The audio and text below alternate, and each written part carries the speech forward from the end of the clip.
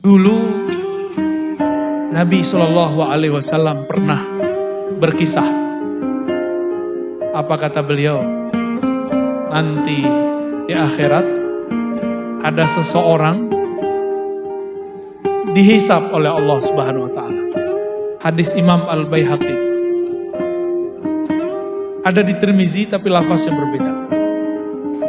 Ketika dihisab, keluarlah laporannya.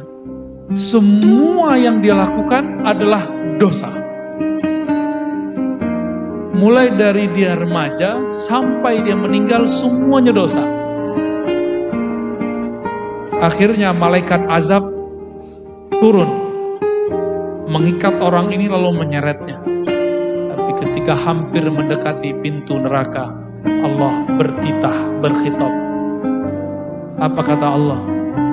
Wahai malaikatku, sudahkah kalian memeriksa isi dadanya? Lalu kata mereka, belum ya Allah. Maka Allah kemudian mengatakan, bedahlah dadanya, lihat isi jantungnya. Denyutnya mengeluarkan kalimah apa? Lalu dibedah dadanya, jantungnya dikeluarkan. Ternyata jantungnya mengeluarkan darah, berbunyi lafaz Allah, Allah, Allah. Padahal dia maksiat sepanjang umurnya.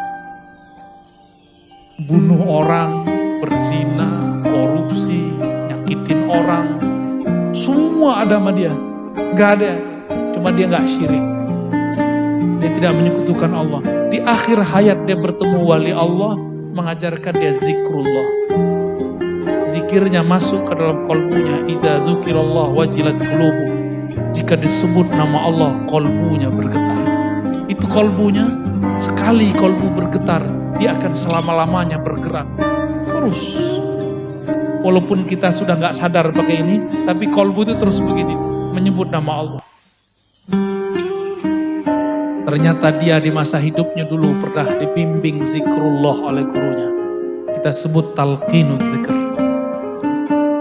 Dan itu merasuk, nyatu dengan kolbu, bergetar.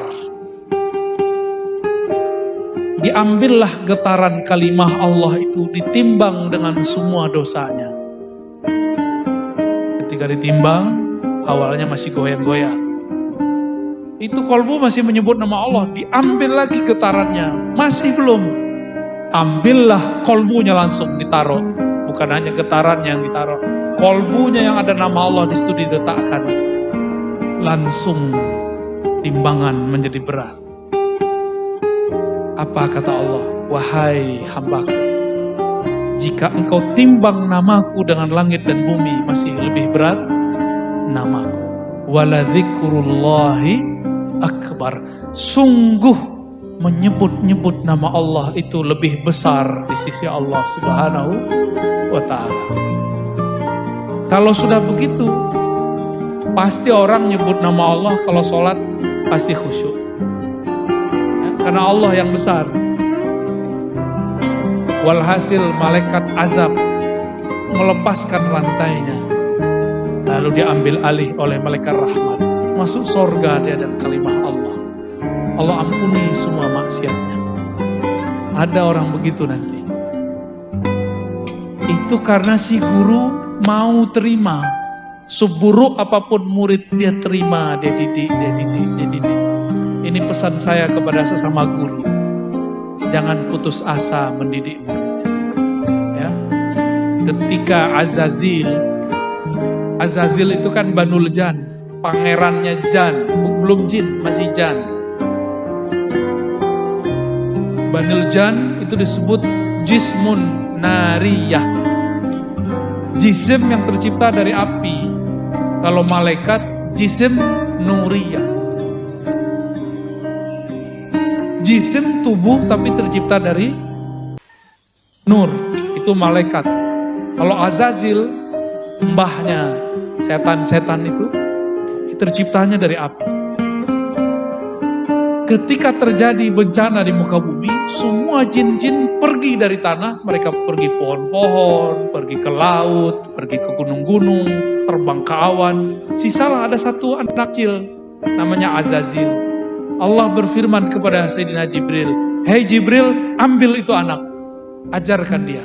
Padahal di takdirnya, ini anak tetap akan jadi musuh Allah.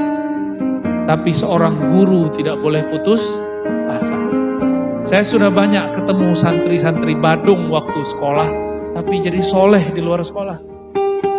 Dan mohon maaf, banyak ketemu santri soleh waktu sekolah, jadi orang stres di luar sekolah. Karena dia merasa pinter dan soleh. Berarti pinternya belum sampai tazkiyah. Ya. Maka Bapak Ibu, terutama para masyaikh, para asatis, para kiai, jangan lakukan kesalahan rahib yang menvonis orang yang membunuh 99 orang. Jadilah seorang wali terpencil yang walaupun sudah bunuh yang ke-100-nya yang dia bunuh si rahib, dia masih terima. Ya. Semoga kita menjadi asbab orang-orang mendapatkan hidayah. Amin ya rabbal alamin. Begitu juga kita semua.